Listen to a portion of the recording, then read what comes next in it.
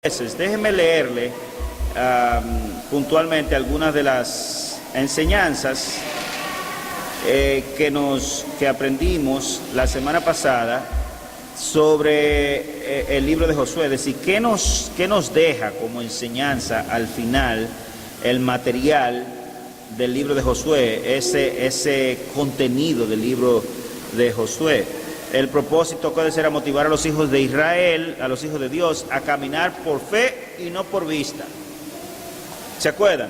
Caminar por fe y no por vista. ¿Por qué? Porque cuando ellos veían esas naciones que estaban, por ejemplo, como el caso de Jericó, eran hombres fuertes y una ciudad amurallada y grande. Si caminaban por vista, ¿qué iban a hacer? Iban a hacer lo mismo que hicieron sus padres 38 años atrás, que se devolvieron en el desierto porque tenían miedo. Y un segundo propósito es registrar la historia de la conquista de Canaán según Dios había prometido a Abraham.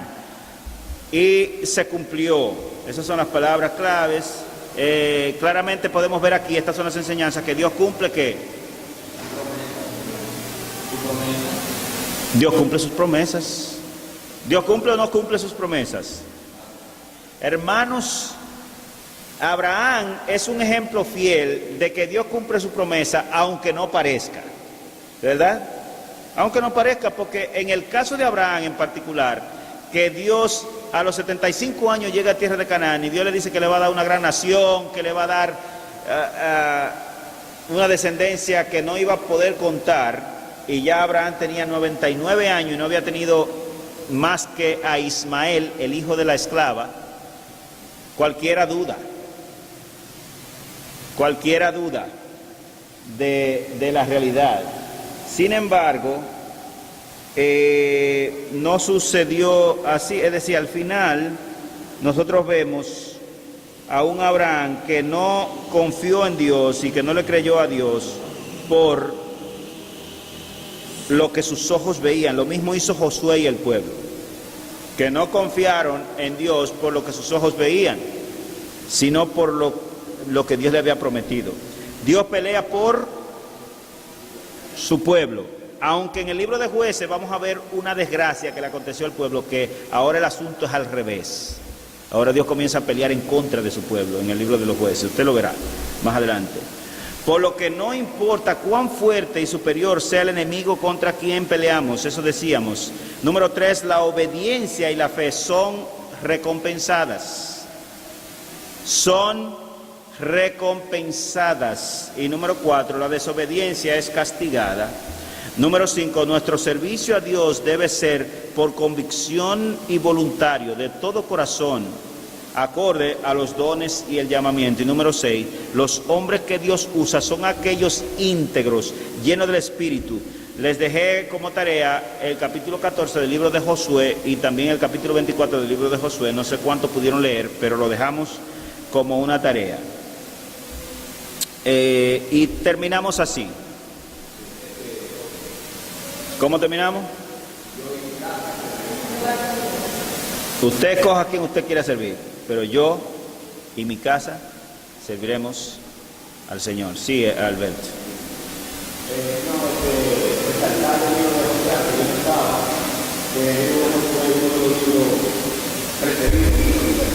Oh.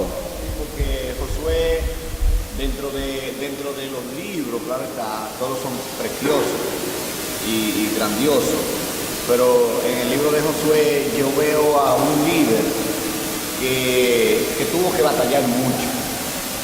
Tuvo que batallar mucho desde antes de Moisés, estuvo al lado de Moisés, fue la mano derecha de Moisés, se mantuvo firme todo el tiempo viendo al Señor y la obra del Señor. Y luego de la muerte de Moisés, se le cede a él el seguimiento de la libertad de su pueblo. Y es el líder. Y demostró, como dice la palabra, no solamente porque el Señor le pidió que fuera muy valiente, que fuera muy así dice, te esfuerces y sé muy valiente. Varias veces se lo digo. Sí, entonces, y él lo demostró, inclusive hasta los últimos días de su vida. Y siempre, tal como dice ahí, él siempre fue un servidor al Señor. Exacto. Y se mantuvo íntegro en todas las cosas. Íntegro. Y el capítulo 14 del libro de Josué, que les dije que leyeran, habla exactamente de esa integridad que caracteriza a los hombres de Dios, a los hombres que Dios usa. A los hombres que Dios usa. El capítulo 14 del libro de Josué habla de esa integridad.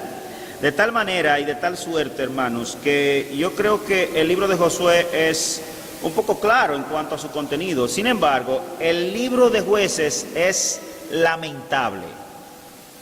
Lamentable. A pesar de que allí hay algunos personajes sobresalientes, no obstante, usted puede notar en el libro de Jueces un augurio de dolor y de pena y de tristeza, mientras que el libro de Josué solamente tomó 7 años el contenido de aquel libro y lo que hay allí.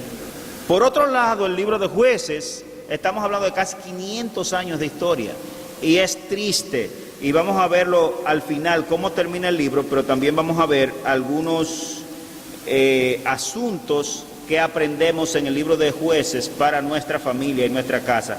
Pero fíjense que el libro de Jueces comienza de la siguiente manera: que aconteció después de la muerte de Josué, que los hijos de Israel consultaron a Jehová diciendo: ¿quién de nosotros subirá primero a pelear contra los cananeos? ¿Por qué? ¿Por qué preguntan eso? Hermanos, porque aunque Josué introdujo al pueblo a la tierra prometida, el pueblo no, en tiempo de Josué, no conquistó todos los lugares de la tierra prometida.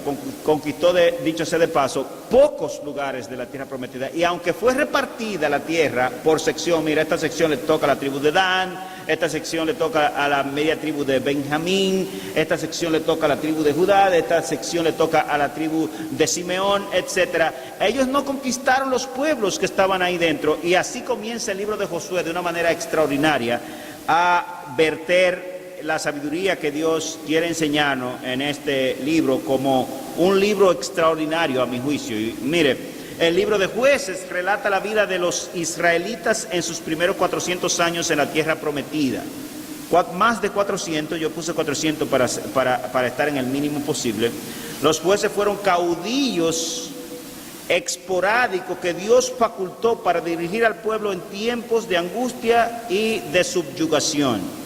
Esos son los jueces, unos caudillos, unos líderes que esporádicamente Dios levantaba para libertar al pueblo de la esclavitud y de la subyugación de los pueblos vecinos, incluyendo a la tierra de Mesopotamia y de Siria en aquel entonces, los filisteos, en el caso de Sansón, que libró al pueblo de los filisteos, etcétera, Gedeón, etcétera. Amén. Que desde la salida de Egipto hasta los tiempos de Saúl, Israel nunca tuvo rey como las otras naciones, ¿verdad que no? Y fue en tiempo claramente de Samuel que el pueblo comenzó a pedir un rey como las demás naciones. Cuando Josué muere, la tierra había sido repartida, pero no poseída, como Dios había dicho. Y el desenlace del libro es más o menos como sigue. El capítulo 1, versículo 19 de Jueces dice: y Jehová estaba con Judá, quien arrojó a los de las montañas, mas, ojo, mas no pudo arrojar a los que habitan en los llanos. Judá es la región donde está Jerusalén y Sión, la capital. Arrojó a los de la montaña, pero no pudo arrojar a los de los llanos en su entonces. En otra palabra, ¿qué no hicieron? No hicieron lo que Dios le había mandado hacer, ¿sí o no? ¿Qué fue lo que Dios le mandó a hacer a ellos? A todos. ¿Y qué comenzó a hacer el mismo Josué cuando vinieron los gabaonitas, que lo vimos la semana pasada así de manera rápida la historia? Un pacto con una nación que quedaba a 3 días de camino de donde ellos tenían el campamento. Con engaño. Un pacto. Ellos le engañaron, pero ya el pacto estaba hecho. ¿Y se acuerdan?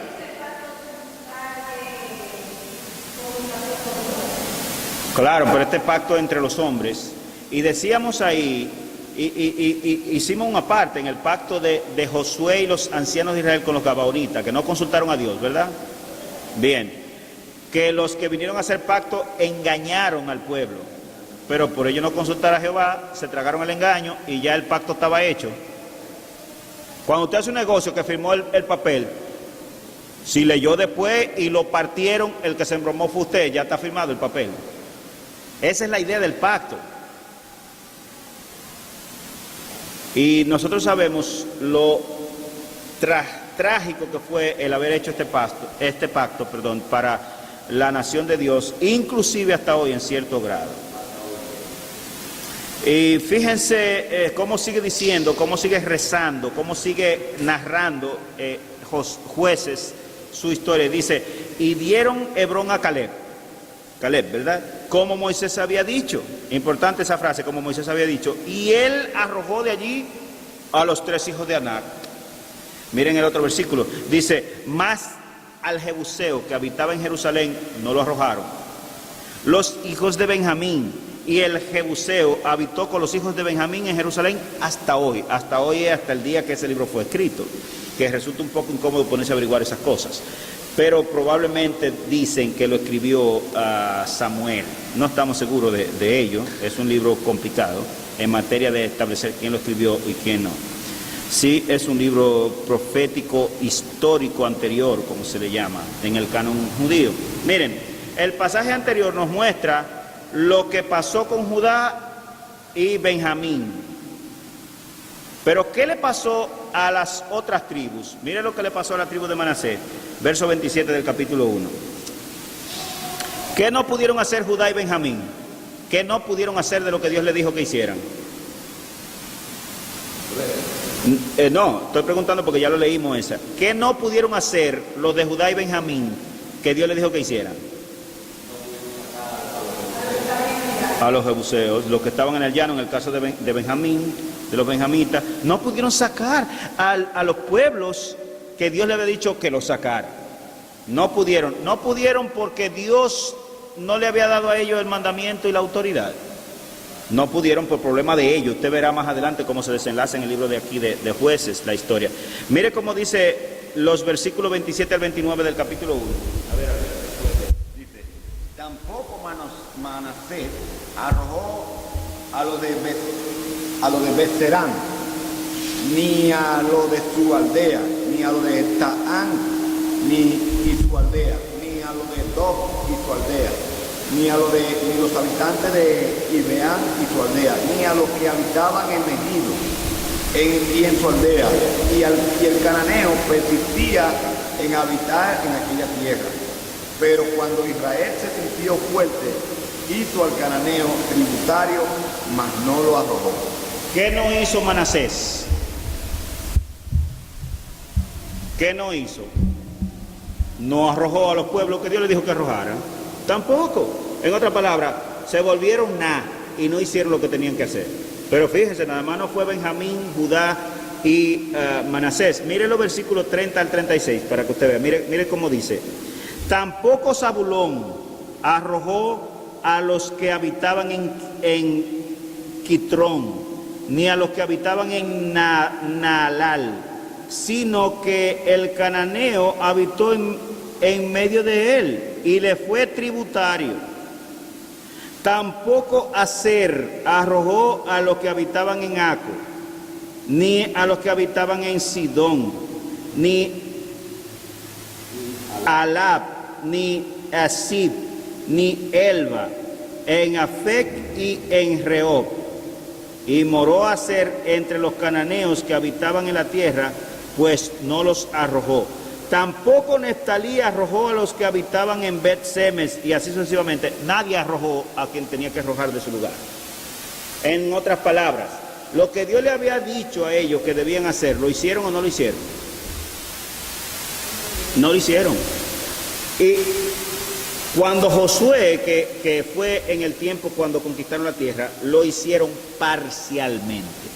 Pero Dios no quiere que se haga su voluntad parcialmente. Dios no quiere que cuando Él da un mandato nosotros lo hagamos con parcialidad, sino que lo hagamos con integridad, completo, como Él dijo. Es decir, Israel quebrantó el pacto de Dios, dejando de hacer lo que Dios les había mandado. Así se relata. Miren cómo lo relata el libro, capítulo 2, versículo 1. El ángel de Jehová subió de Gilgal a Boquín y dijo: yo os saqué de Egipto y os introduje en la tierra la cual había jurado a vuestros padres, diciendo: no invalidaré jamás mi pacto con vosotros. Versículo 2, con tal que vosotros no hagáis pacto con los moradores de esta tierra. Oigan eso, con tal que vosotros no hagáis pacto, ¿con quiénes? Con ellos. ¿Qué fue lo primero que hizo Josué cuando entraron? ¿Con quién? Con los gabaonitas. ¿Y qué pasó entonces cuando entran los hijos de Dios a la tierra prometida y a la tierra que debían poseer? ¿Qué hacen? No arrojaron a los pueblos que Dios enfáticamente le había dicho que arrojaran.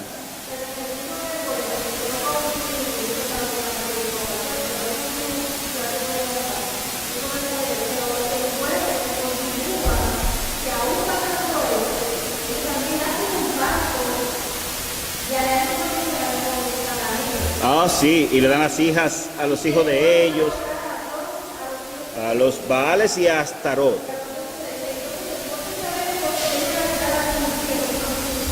Y claman a Dios. Entonces, no hicieron lo que Dios les dijo que hicieran. Ese es el punto, hermanos. Yo creo que ya vamos copiando cuál es la temática del libro de Jueces y qué nos toca a nosotros, porque eso es lo importante, leer la Biblia. Leo otra vez el versículo 2 del capítulo 2. Con tal que vosotros no hagáis pacto con los moradores de esta tierra, cuyos altares habéis de derribar. ¿Y lo derribaron? No. Mas vosotros no habéis atendido a mi voz. ¿Cuál es la queja del ángel de Jehová aquí contra el pueblo? Ustedes no hicieron lo que yo dije y no han atendido a mi voz. ¿Por qué habéis hecho esto? Le pregunta. Miren entonces, esta desobediencia tuvo consecuencias cósmicas y perpetuas, según se relata en el mismo libro. Mire cómo dice el capítulo 2, versículo 3, debería ser aquí. Por tanto, yo también digo, no los echaré de delante de vosotros, sino que serán azotes para vuestros costados, y sus dioses os serán tropezadero. Porque ustedes no hicieron lo que yo les dije que hicieran. Pregunto, si ellos se hubieran propuesto echar a las naciones, a los jebuseos, al jerjeseo, al cananeo de aquella tierra, ¿lo hubieran logrado?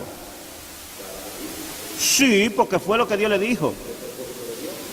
Y ellos tenían la autoridad en las manos, pero cuando se trata, ay, hay que matar a esos niños, ay, matar más gente, me imagino yo, parafrasear, imaginando, pero mira, esa gente no se ve tan mala, vamos a dejarla ahí, no, esta gente no, y comenzaron a razonar conforme a su propia psicología, y miren entonces, el decreto del pacto que Dios había hecho con sus padres lo cambia aquí. Fíjense de nuevo, miren el pacto que Dios había hecho con ellos. Aquí está, dice, el ángel de Jehová subió de Gilgal a Boquín y dijo, yo os saqué de Egipto y os introduje en la tierra la cual habéis jurado, de la cual había jurado a vuestros padres, diciendo, no invalidaré jamás mi pacto con vosotros. Eso fue lo que Dios había dicho, pero miren lo que dice aquí. Por tanto, yo también digo, no los echaré de delante de vosotros. ¿Qué hizo Dios? Cambió el pacto que había hecho con ellos. Ay, Señor, pero ¿y tú cambias? Porque yo, Jehová, no cambio. Usted tiene que entender que el pacto que Dios había hecho de posesión de la tierra era condicional. En Deuteronomio se nos relata la condición. Si ustedes hacen esto, aquello, lo otro, entonces yo haré esto y esto y esto con ustedes. Si ustedes, por el contrario, siguen su propio camino y siguen y hacen conforme a su voluntad y comienzan a andar conforme a las naciones vecinas, entonces yo haré esto, aquello, lo otro con ustedes. Era condicional. La mayoría de los pactos de Dios con el hombre son condicionales. Hay pactos que no son condicionales, que son incondicionales, especialmente hablando del pacto de gracia, del pacto que nos salva. Pero el pacto que tiene que ver con los asuntos de los que disfrutamos en la tierra, incluyendo lo que le pasó al pueblo de Israel, normativamente son pactos condicionales. Y miren aquí a Dios cambiando las condiciones del pacto por lo que el pueblo hizo Cuando el ángel de Jehová habló estas palabras a todos los hijos de Israel, el pueblo alzó su voz y lloró. ¿Por qué? Porque Dios le dijo que ellos serían azote para sus costados y sus dioses serían de tropezadero para ellos. Ellos sabían lo que Dios le estaba diciendo. Hasta el día de hoy. Cósmica. Los israelitas siguen cogiendo lucha con esa gente. Los palestinos, los sirios, los sidonios,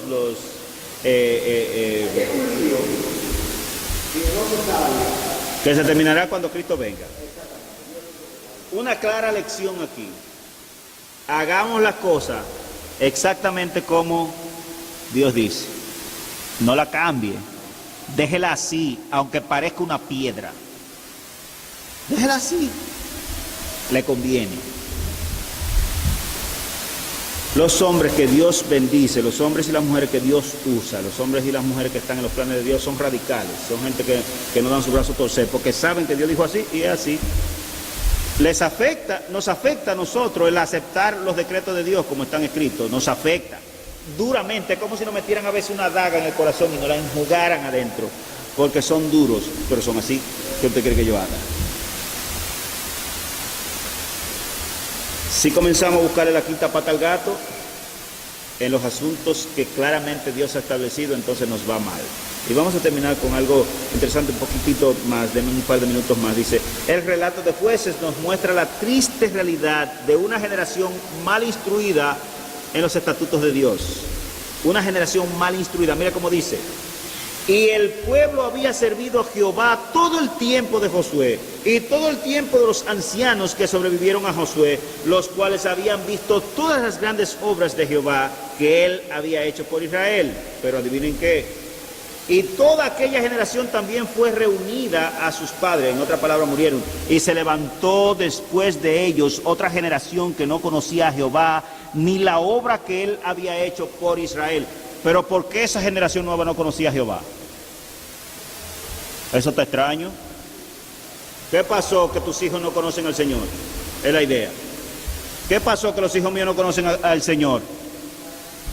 Los padres tuvieron problemas de comunicación, porque aquí dice enfáticamente que aquella generación, mírenlo ahí, dice, y toda aquella generación también fue reunida con sus padres y se levantó después de ellos, la generación siguiente, otra generación que no conocía a Jehová, ni las obras que él había hecho por Israel, ni siquiera se habían entretenido ellos, los padres, a contarle a sus hijos y a los hijos de sus hijos, como decía Deuteronomio capítulo 6 enfáticamente, que lo vamos a leer al final, lo que Dios había hecho, las grandes obras de Dios. ¿Qué trajo como resultado entonces?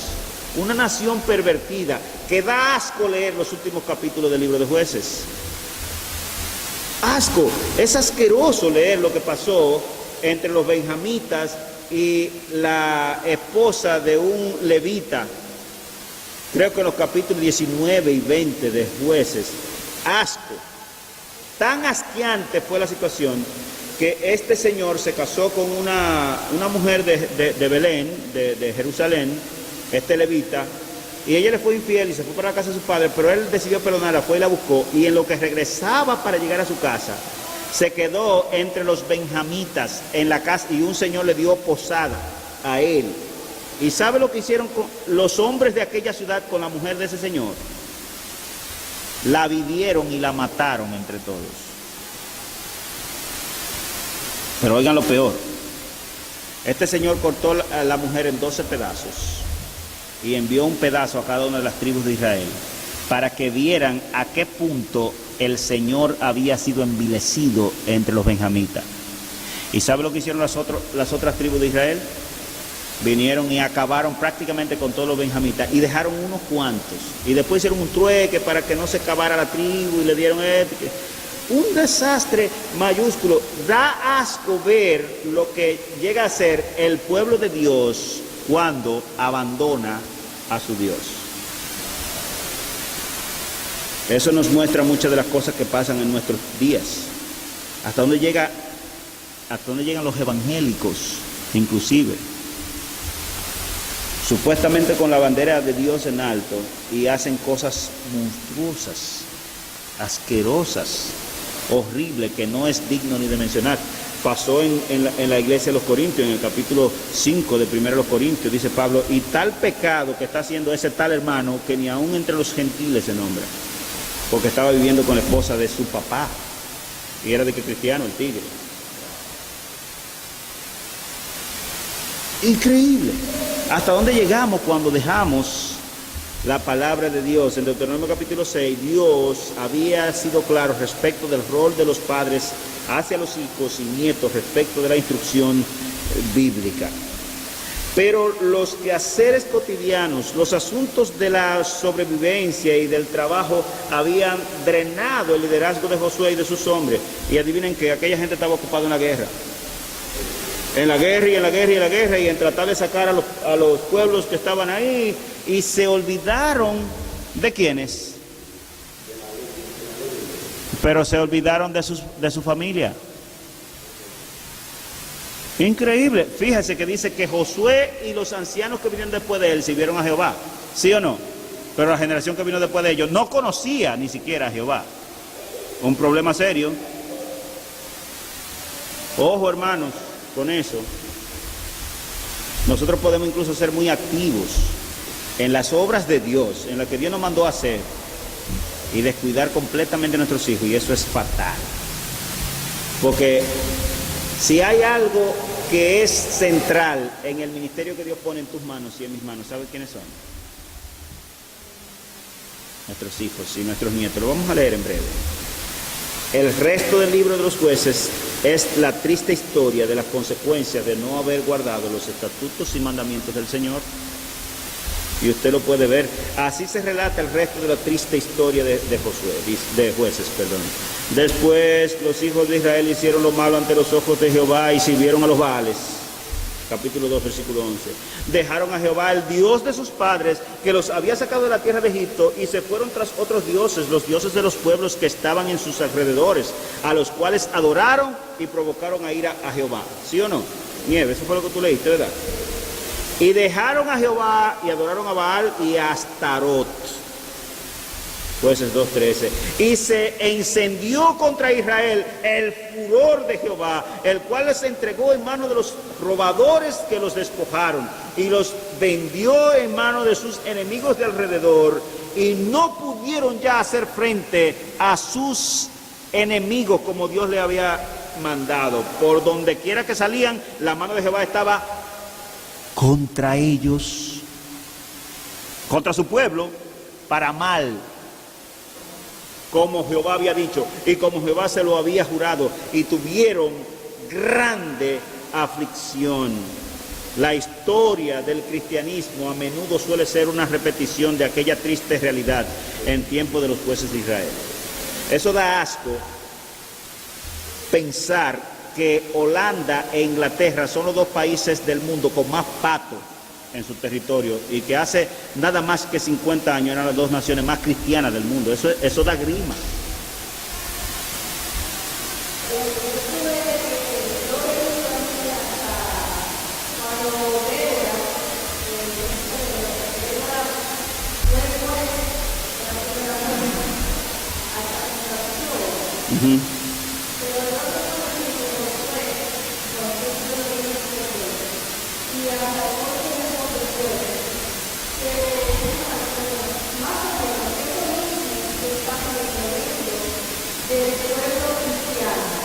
Igualito, del mismo patrón. Bendiciones y esto.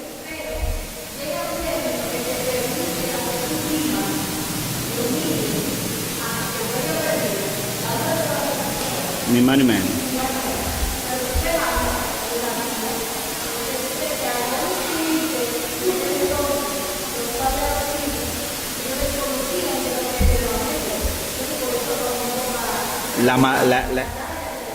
Y el ataque de los vecinos y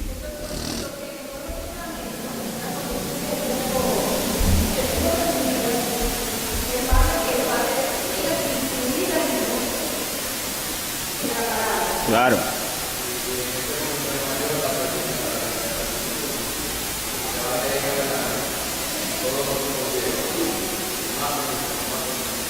Es increíble, al hombre nada más hay que soltarle un chin el cabestro para que se vuelva una bestia. Lamentable el caso. Eso es así, esa es la naturaleza que usted lleva dentro y que yo llevo dentro, y que solamente Cristo y el Espíritu puede transformar. La perspectiva del cielo y de la verdadera tierra prometida suele ser tan miope para los santos, que los santos dejamos lo que más vale por las migajas de esta vida, el costo a costa aún de nuestros hijos. Hermano, usted no sabe lo que yo tengo que luchar con la gente cuando las parejas jóvenes, cuando están pensando en el futuro y en los hijos. La gente no tiene que ver con hijos, no le importa, ni a los cristianos, no le importan los hijos mucho. A ellos no le importa.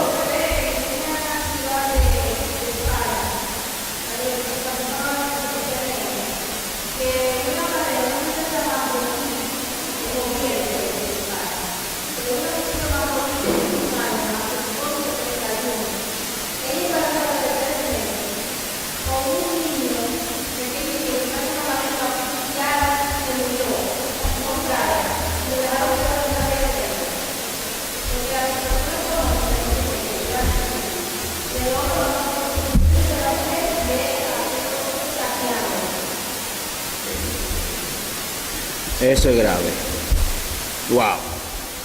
Los jueces fueron un alivio proveniente de la gracia de Dios para librar a Israel del yugo enemigo que los hostigaba, así como para traer a los temerosos de entre el pueblo a la obediencia a Yahvé. Miren qué interesante, dice el versículo 16 del capítulo 2. Yo quisiera que usted vea conmigo allí. Dice, y Jehová levantó jueces de los que los librasen de mano de los que le despojaban. Pero tampoco oyeron a sus jueces, sino que fueron tras dioses ajenos, a los cuales adoraron. Se apartaron pronto del camino en que anduvieron sus padres, obedeciendo a los mandamientos de Jehová. Ellos no hicieron así. Y cuando Jehová les levantaba jueces, Jehová estaba con el juez y los libraba de manos de los enemigos todo el tiempo de aquel juez, porque Jehová era movido a misericordia por sus gemidos a causa de los que los oprimían y afligían. Mas acontecía que al morir el juez, ellos volvían atrás y se corrompían más que sus padres, siguiendo a dioses ajenos para servirle, e inclinándose delante de ellos, y no se apartaban de sus obras ni de sus obstinados caminos. Y la ira de Jehová se encendió contra Israel y dijo, por cuanto este pueblo traspasa mi pacto que ordené a sus padres y no obedece a mi voz, tampoco yo volveré más a arrojar de delante de ellos a ninguna de las naciones que juré a Josué cuando murió, para probar con ellas a Israel, si procurarían o no seguir el camino de Jehová, andando en él como lo siguieron sus padres. Por esto dejó Jehová a aquella nación sin arrojarla de una vez, y no las entregó en mano de Josué. La generación que se levantaba detrás era mejor o peor. Peor. Hacían peores cosas que sus padres. Será entonces común oír, fulano liberta a los hijos de Israel de mano de perencejo. Esa es la triste historia que uno, por ejemplo, Otoniel liberta a Israel de Cusán Sirataín en el capítulo 3, versículo 7 en adelante. Ahot liberta a Israel de Moab, capítulo 3, versículo 12 en adelante. Samgar liberta a Israel de los filisteos, capítulo 3, versículo 31. Débora y Barak derrotan a Sísara, capítulo 4, versículo 1. Llamamiento de Gedeón, quien derrota a los madianitas, capítulo 6, versículo 1. Tola y Jair juzgan a Israel, capítulo 10, versículo 1. Jefté liberta a Israel de los amonitas, capítulo 10, versículo 6. Ibsán, Elón y Abdón, jueces de Israel, capítulo 12, versículo 8. Sansón derrota a los filisteos, capítulo 15, versículo 9 en lo adelante. Micaías, el sacerdote, y sus ídolos y los hombres de Dan. Micaías era un sacerdote, un levita, y ¿sabe cómo adoraba a Dios? Con ídolos. Oiga hasta dónde habían llegado estos tigres. Una cosa increíble. Y el último relato es el levita y su concubina, la historia que le conté hace un rato, capítulo 19 y 20 del libro. Y miren cómo tristemente termina esta historia, hermanos. Jueces termina tristemente con las siguientes palabras: en estos días no había rey en Israel, y cada uno hacía lo que se le metiera en gana. Qué triste no tener un rey, qué triste no tener un juez, qué triste ver a nuestras naciones como la nuestra, en cierto grado, que va en el mismo derrotero que Israel en los tiempos de los jueces. Qué triste tener temor nosotros de dejar salir a nuestros hijos jóvenes por ahí, porque pueden llegar con la cabeza cortada. Pero lo peor es en el pueblo de Dios, cuando cada uno hace lo que bien le parezca. 48,000 sectas evangélicas en el mundo. ¿De qué le habla eso? De que estamos haciendo todo una misma cosa, unánimes en un mismo sentir, haciendo todo una misma, obrando por un mismo hilo, o que ciertamente todo el mundo está haciendo lo que mejor le parezca. 48,000 sectas en el mundo, evangélicas nada más. Eso da asco. Bien que muchas de ellas son prácticamente idénticas y que muchas cositas las diferencian, pero hermano, cuando se deja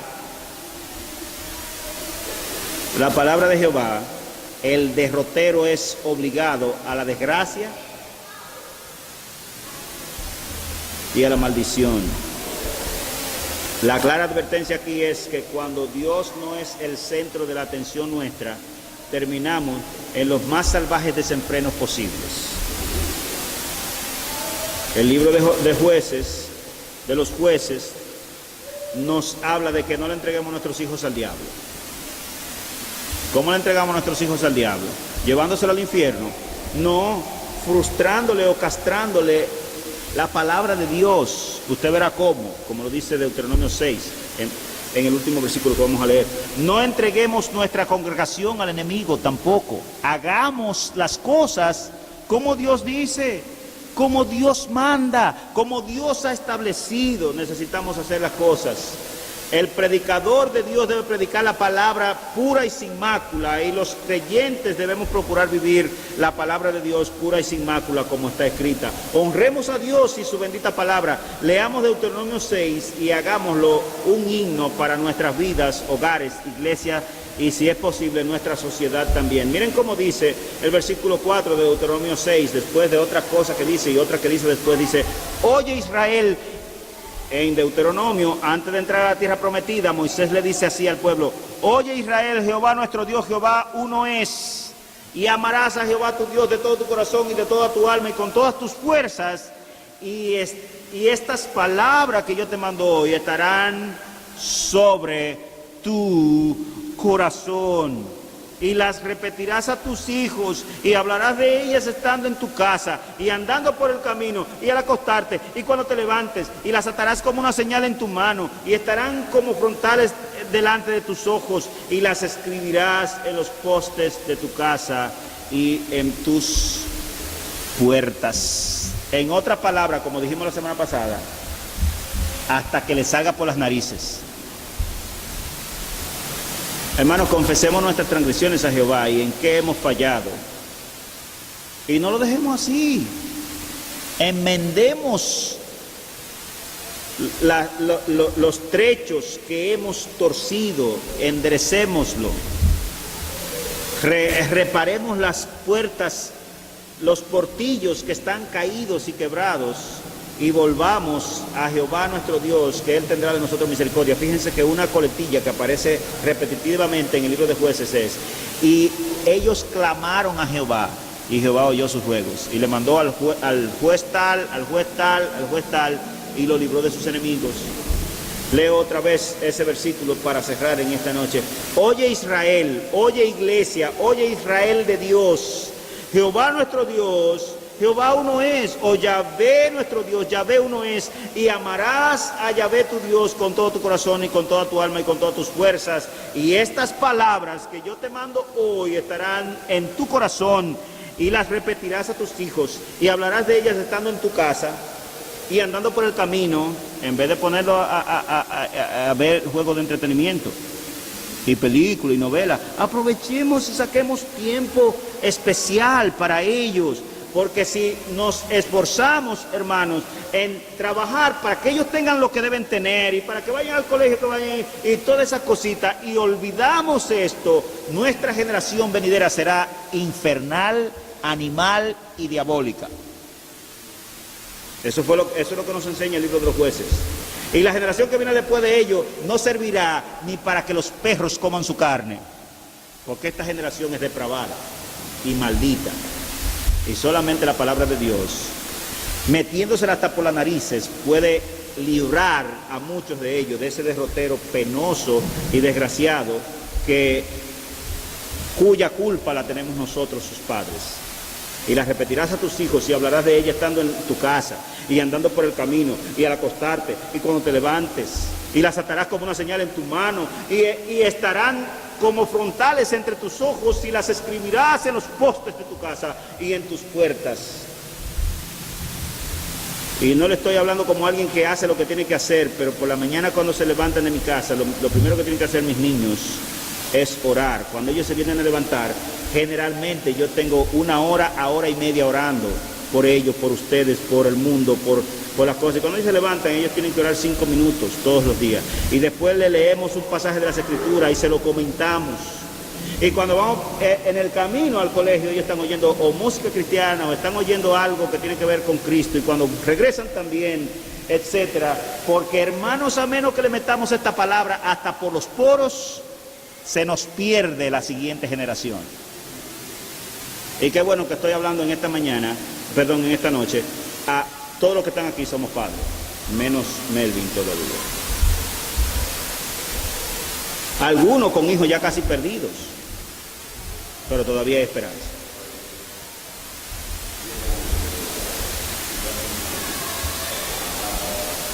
Hagamos un pacto con nuestro Dios y digámosle: Señor, yo voy a hacer mi parte, yo voy a hacer lo que me corresponde, yo voy a sacar de la ciudad a los amonitas, a los amalecitas, a los cananeos, a los gergeseos, a los jebuseos.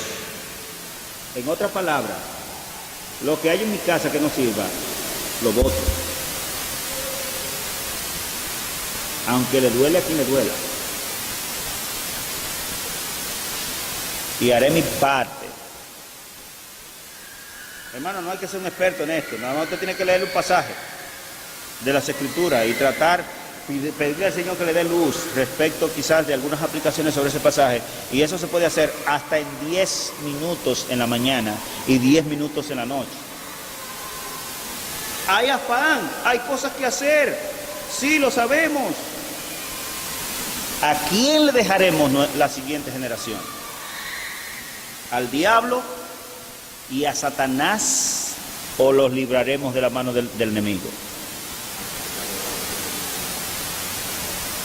No lo deje a expensa del mundo y de las cosas que hay en el mundo, porque perecen. Señor, te honramos en esta noche y te agradecemos porque tu palabra es clara, clarísima. Gracias, Señor, por una palabra tan clara y tan diáfana que nos has dejado, Señor, que no tiene ninguna complicación seria en ninguna de sus partes fundamentales, Señor.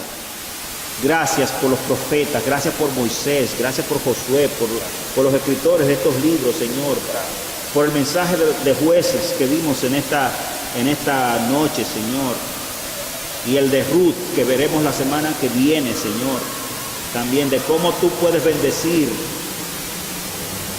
por generaciones miles a una sola persona que decide hacer tu voluntad y que decide dejar sus dioses y sus cosas y seguir al Dios de Israel, como le pasó a Ruth la Moabita. Gracias, Señor. Gracias por esta palabra tan diáfana y tan perfecta, Señor. Y sí, entendemos que hay cosas muy duras, Señor, que hay cosas que la mayoría de esas cosas son contrarios a nuestra psicología y a nuestro deseo, Señor. Que no queremos, como el pueblo, hacer lo que tú nos mandaste. Quizás se encontraba muy difícil matar a los pequeños en esa ciudad, o quizás se encontraban que los de allí eran muy nobles, o que eran gente buena, pero tú les habías dicho que no dejaran a nadie, Señor, y no hicieron conforme tú le mandaste, y tuvieron que pagar con lágrimas el haberte desobedecido. Señor, que no sea así en este pueblo. Perdona, Señor, a todos aquellos que pudieron haber estado aquí en esta noche, pero que por razones malaganarias, como suele ser a menudo, Señor, ni siquiera estuvieron. No le tomes en cuenta sus pecados y permite que quizás en línea puedan ver esta enseñanza de esta noche, Señor, y que pueda penetrar en su mente y en su corazón, Señor. No nos dejes perder la siguiente generación. No nos dejes, Señor. No nos dejes perderla, Señor. Padre, que hagamos los sacrificios que sean necesarios, pero que no perdamos la siguiente generación, sino que te entreguemos una generación santa, de hombres y mujeres fieles y piadosos, Señor, que te obedezcan a ti y que te honren, Señor. Contesta nuestras peticiones, Señor. Bendice a los necesitados y ayúdanos, Señor, en todo. En el nombre de Cristo Jesús, te lo rogamos. Amén.